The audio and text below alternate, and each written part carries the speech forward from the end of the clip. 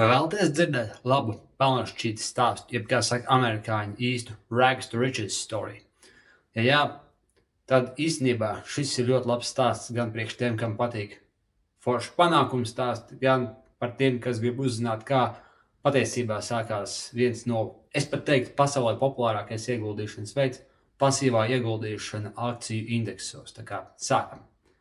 Pirmkārt, es domāju, ja jūs esat kaut mazākajā mērā saskārušies ar ieguldīšanu, jūs zināt to, ka mūsdienās ieguldīšanas pamats ir ieguldīšana zemu izmaksu indeksu fondos un sekošana lielākajiem biržu indeksiem, jo vēsturiski pierādījies, ka šis ieguldīšanas veids gan pārspēj inflāciju, gan sniedz daudz labākus rezultātus nekā, ja jūs ieguldat tā sauktajos kopējos fondos, jeb mutual funds, vai arī vēl jau vairāk ieguldat vai tradojat paši, ja jūs neesat profesionāli. Bet īstenībā, ja jūs salīdzināt ar visu garo finanšu tirgu vēsturi, ko es esmu stāstījis citos kanālos, šis ieguldīšanas veids nemaz nav tik sens, jo viņš sākās 1976. gadā Džona, angliski izrunājot John C. Bogle, jeb Džona Bogla personā. Šis cilvēks dzimis 1929. gadā un 1951. gadā mācoties Princetonas universitātē izsecināja, ka lielākā daļa ieguldījumu fondu nepārspēja biržu indeksus, kuri būtībā reprezentē to pašu akciju tirgu. Respektīvi, ja ieguldījumu fonds iegulda Ņujorkas fondu biržas akcijās, tad daudz labāk būtu nopirkt visas šīs fondu biržas lielākās akcijas un aizmirst par visu pārējo, nekā mēģināties tā teikt, čakarēties pašam. Un, ja jūs ieskaitat izmaksas tādas kā komisijas nodokļus, šis ienesīgums kļūst vēl sliktāks.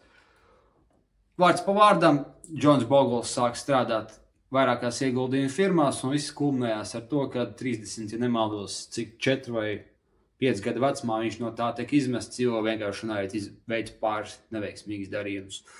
Un uzreiz pēc tam viņš saprata, ka viņam jāsāk kaut kas darīt pats un ņēma savas zināšanas un sāka izveidot nelielu kompāniju, ko sauc par Vanguard Group. Un kā ir pieejams Wikipēdijā, es būšu godīgs, es izmantoju tikai publisko informāciju un baigi nemēģinu pētīt atsauces, jo šajā video tas nav vajadzīgs, jo šī visa informācija tāpat ir diezgan laba, tas tā sīk atsauksme, jā. Un respektīvi viņš izveidoja Vanguard Group 1975. gadā ar mandātu sakot lielākajām akcijām, kas ir S&P 500 indeksā. Šim fondam, kas tajā laikā bija savu novitāti, nebija nekāda cita uzdevuma, kā vien sekot S&P 500 akciju biržu indeksam un viss. Un šajā brīdī tas uzņēmums bija ārkārtīgi maziņš, un viņam bija ārkārtīgi grūti pastāvēt, jo no cerētajiem, ja nemaldos, cik tur bija 150 miljoniem, viņš spēja piesaistīt tikai 11 miljonus un patstāvīgi atradās uz bankrotu brīžu. Jo atcerieties, šiem fondiem ir ļoti zemes pārvaldīšanas izmaksas, līdz ar to viņiem vajag lielas summas, lai nosaktu uzturēšanu un visu pārējo, kas no fondam ir nepieciešams. Un jā, tā arī viņš savu 36 gadu vecumā izveidoja savu ieguldījumu pārvaldes sabiedrību, kas pirmos gadus knapi varēja noturēties. Kas ar vienu fondu, kas bija Vanguard S&P 500 fonds. Kāds tas viss attīstījās?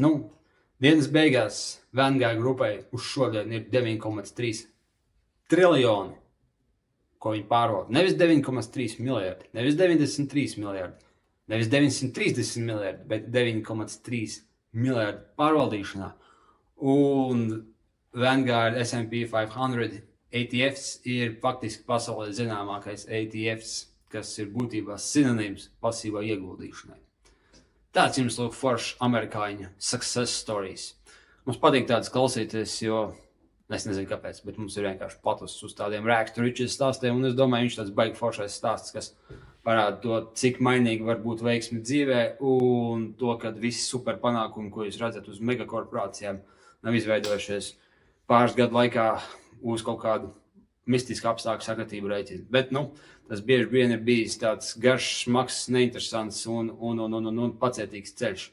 Un, protams, līdz ar finanšu tirgus izaugsmu un globālās pasaules izaugsmu šādu uzņēmumu aiziet uz milzīgām megakorporācijām, ja viņi ir attīstījušies pareizi ar labu ideju.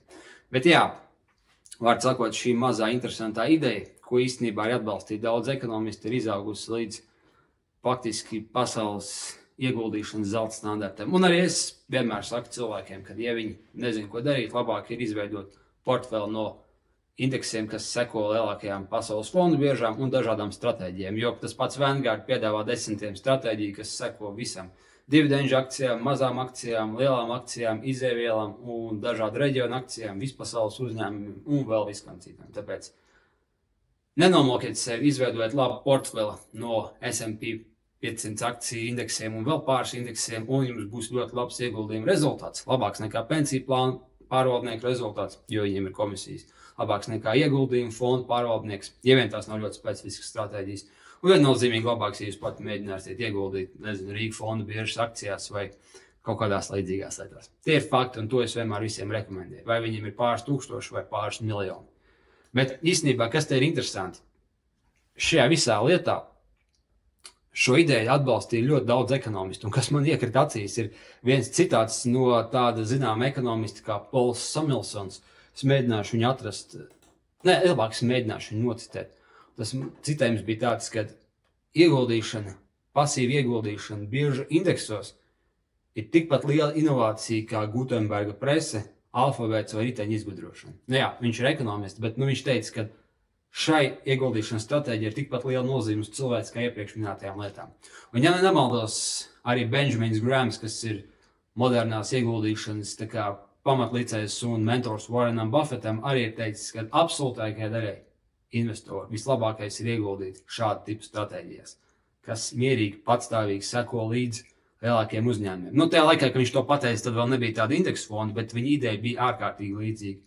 Viņam bija divi tipi investori, aktīvais investors un pasīvais investors, un pasīviem investoram būtu būtībā jādara tieši tas, jāiegulda šādos biržu indeksos. Tā kā redzēt, laba ideja, kura atzīst lielākie un labākie investori, sākot ar Benjamin Graham, Warren Buffett un vadošajiem ekonomistiem, kas to vispār pielīdzina Gutenberga presē un ritenim. Bieži vien varbūt arī ir ļoti labs bizness. Tā kā dzīvē notiek visādi, bet es ceru, jums patiks šis stāsts, un ja jums nav daudz laika, resursu un vēlmes skatīties uz ieguldīšanu, šai ieguldījuma stratēģijai jābūt jūsu ieguldīšanas pamatā. Tiekās vēlāk.